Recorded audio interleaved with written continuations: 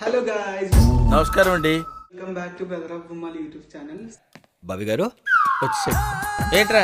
So ఈ రోజు మళ్ళీ ఎందుకు వచ్చానంటే ఇవాళ వడ చేద్దామని చెప్పేసి అనుకున్నాను. మళ్ళీ కొత్త కాన్సెప్టా? ఊపిరి పీల్చుకోవడం కూడా టైం ఇవ్వట్లేదురా. సో దానికోసం నైటే మినపప్పు నానబెట్టి పెట్టేశారనమాట. ఫస్ట్ దీన్ని ఇప్పుడు రుబ్బుకుందాం, మిక్సీలో వెళ్దాం.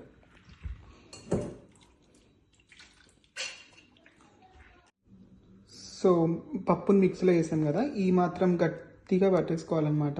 పిండిని కొంచెం లూజ్ అయిందంటే మనకి వడ షేప్లో రాదనమాట, మొత్తం లూజ్ అయిపోద్ది.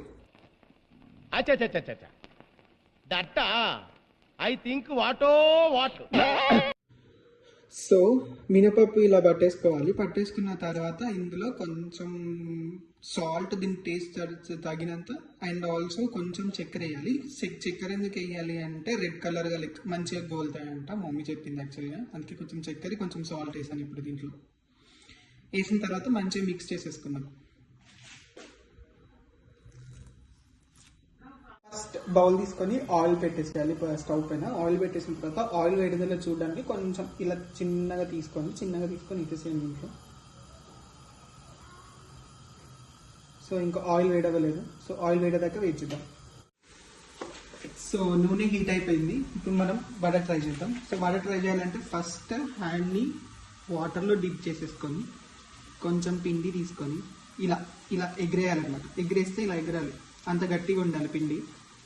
ఇప్పుడు దీన్ని ఇలా రౌండ్గా వడ షేప్లో ఒత్తేసుకొని మధ్యలో ఒక బొక్క పెట్టేసి ఇందులో వేసేసారు. సరే, అంతే. గోల్డెన్ బ్రౌన్ వచ్చే వరకు వేపేసుకోవాలి. వేపేసుకున్న తర్వాత తీసేసేయాలి ఇందులో నుంచి. హాయ్, నా పెర్ఫార్మెన్స్ మీకు నచ్చినట్టయితే please do like, share and subscribe.